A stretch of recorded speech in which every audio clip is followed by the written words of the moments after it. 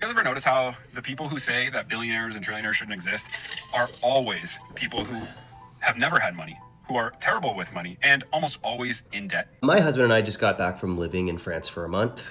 Went to Cannes, went to Normandy, ate some croissant.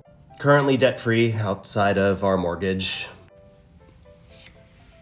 Now, what I appreciate, Jerry, is that you posted that and then just about a week later you posted this. Explain to me why people fight so hard for a system that has you spending just as much time away from your children as you actually spend with.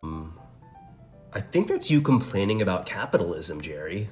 Now listen, not all of us can be as lucky as you, Jerry, who currently makes his living by selling vintage Lego sets and supplements on the internet. I think it's a good time to talk about the recent GDP report released by the Bureau of Economic Analysis. And that's because the report articulates very, very clearly why a lot of people say that trillionaires and billionaires shouldn't exist, because currently they are the only things that are simultaneously propping up the economy while also being the main benefactors of it. We're going to look at the top 3 indicators in the GDP, which is information, federal government, and professional scientific and technical services. All 3 of those are rooted in AI investment right now. They are in a symbiotic relationship where they have to assist each other. And a reminder that when the federal government spends money, that is our tax dollars being spent. What we have right now is insane amounts of institutional investment into artificial intelligence, which is a job creator, but simultaneously a job destroyer. And the US government has pushed all of their chips in artificial intelligence being the primary infrastructure investment for our country. It's also why the artificial intelligence industry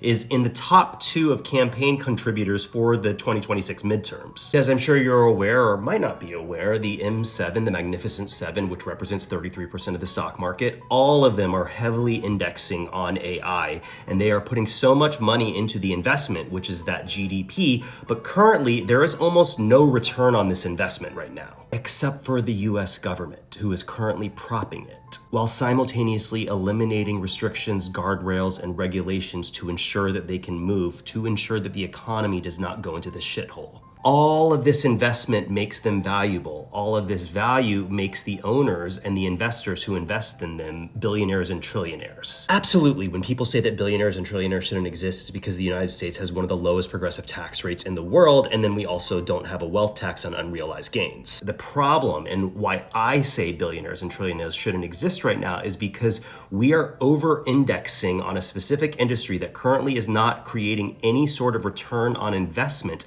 and our entire economy relies on it, but the only people who are currently getting rich off of it are the billionaires and trillionaires.